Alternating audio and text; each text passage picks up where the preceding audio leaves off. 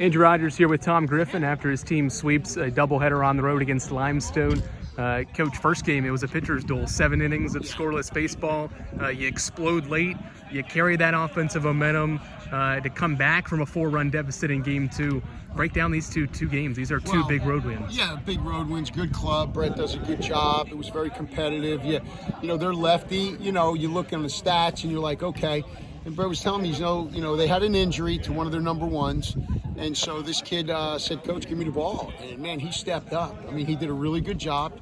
Took a lefty, located outside well, breaking ball, mixed it well enough, and kept us where we couldn't do anything.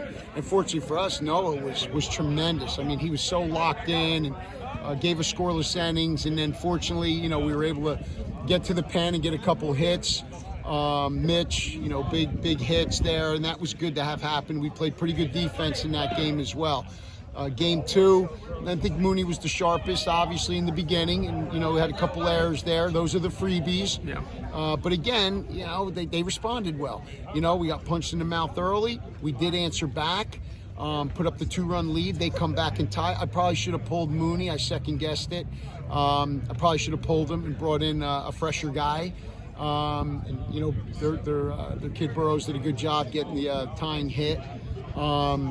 And then Harrington did a good job shutting it down right there. Really happy for McLean today. I thought he had good at-bats. Aiden Gibson, big at-bats for a young man and playing really good defense.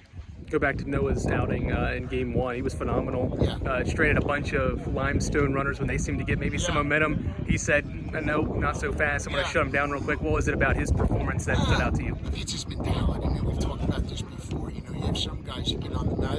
It's almost like watching, the NCAA Division I wrestling, and that's a one-on-one sport. And those guys mentally are just, and they're animals. And they trust their training, they trust their coaches.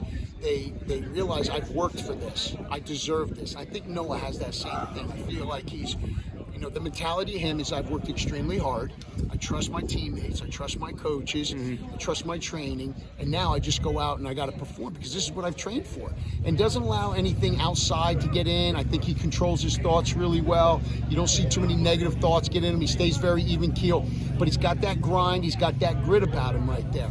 And I think that's good for our club. That's what you want on the mound, man, because it all starts right there and behind the dish. Those two areas, you gotta have a dog.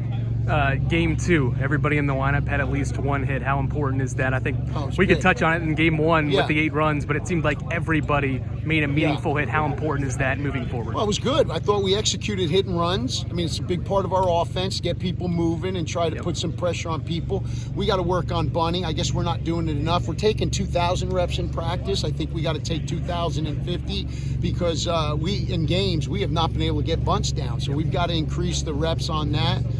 But the hit and runs and the executions, that was big. That helped to spark the offense a little bit because we were stale. And the hit and run is one way that you can spark your offense. Final question for you. You came here today with 1 road victory. You left with 2 more to get to 3.